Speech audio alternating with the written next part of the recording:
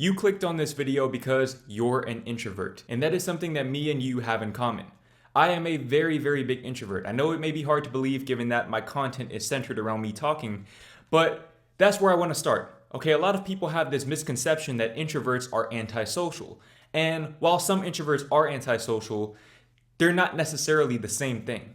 Okay, introversion is simply a matter of where you gain your energy in relation to social situations.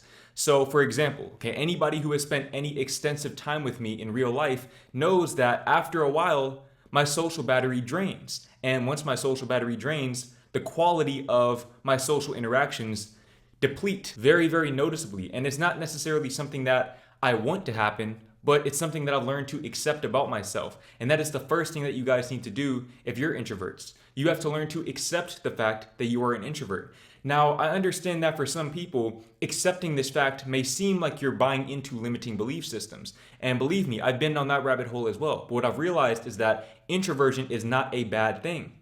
Okay, don't tell yourself that introversion is bad or that you're any less of a person because of what society tells you.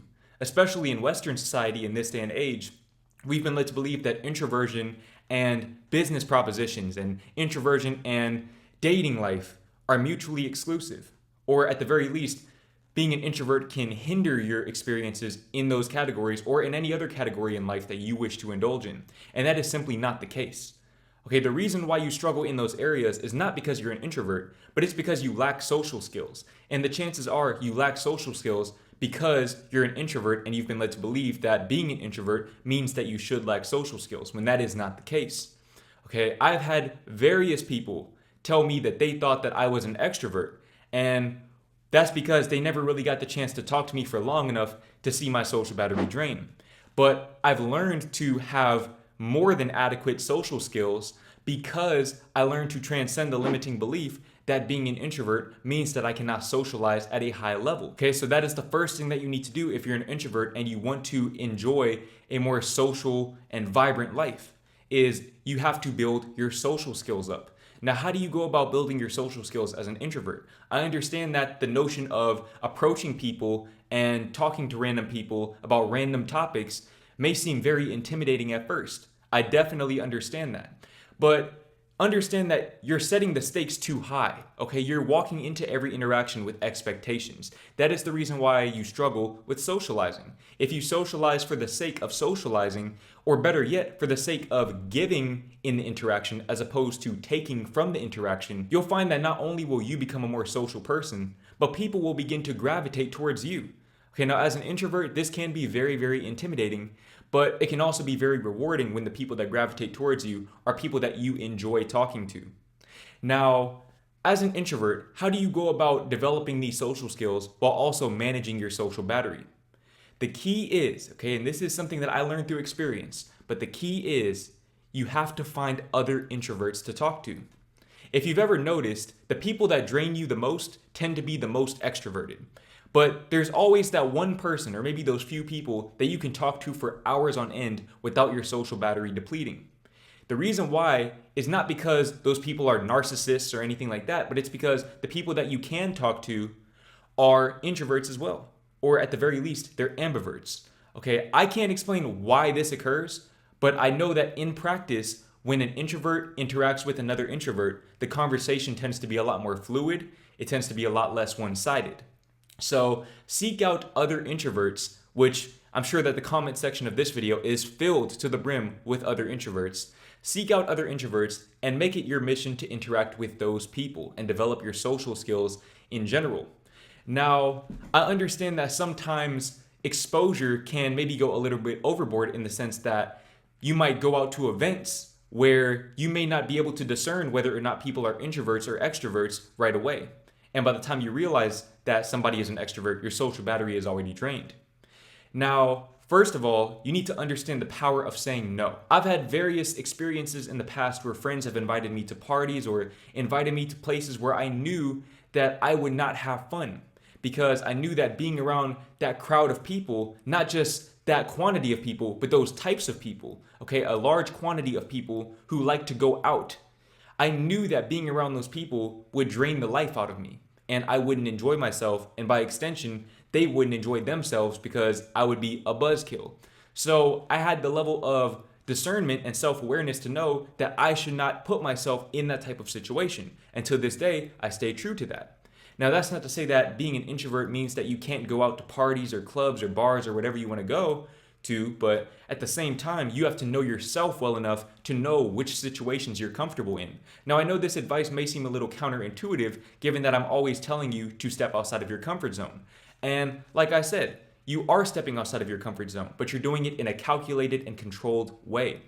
You're going out to places where maybe there are less people, but the quality of those people might be higher in the sense that you can have deeper conversations with those people.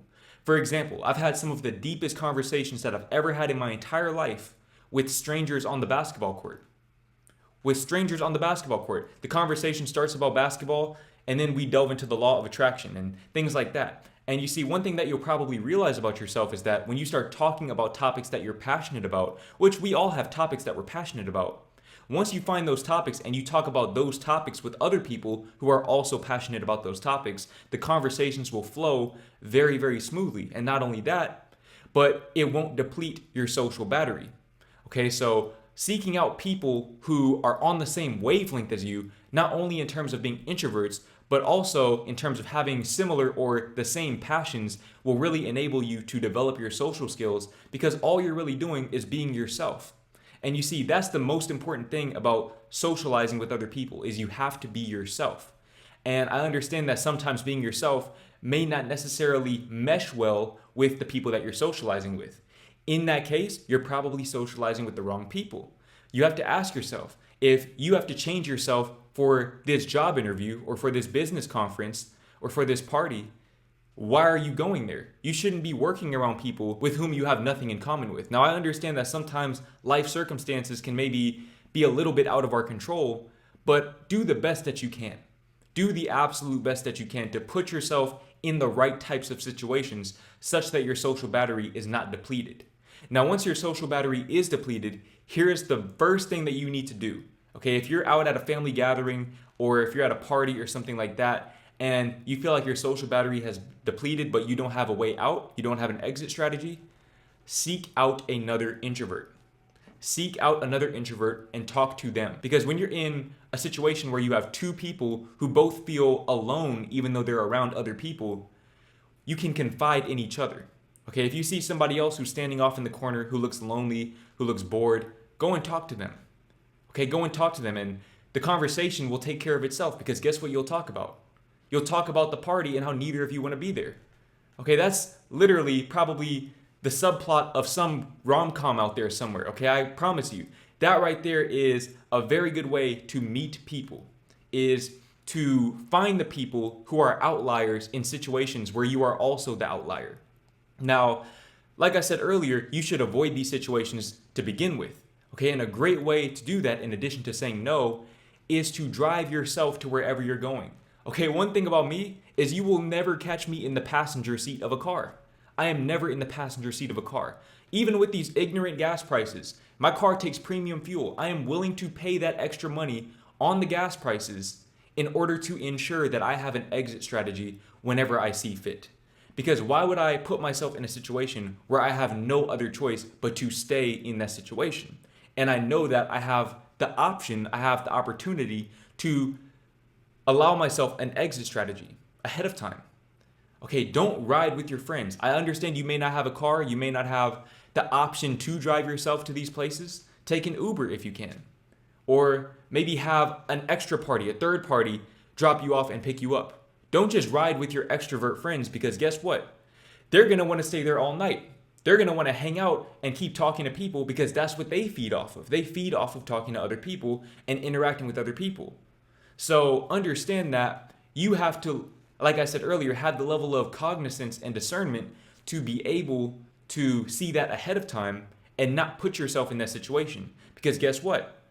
Either you're going to be the buzzkill who makes everyone go home early, or on the flip side of that, you're going to have to stay there and you're going to have to take one for the team by being in that situation that you do not want to be in. Just in case you guys didn't know, I am now offering private personalized consultations via my website, jordan-green.com/consultations. I offer various tiers of consultations. The first one is the dilemmas. Okay, as you guys know, I do the dilemmas videos. And if you want to be a part of that, you can get a personalized consultation by putting your dilemma into the Ask Jordan page on my website. If you want a more timely response, you can go to my Wizio page and you can send your dilemma there for a small fee. If you want a live consultation, if you want the first class service, you can go ahead and get the live coaching call, schedule a live coaching call via my consultations page on my website.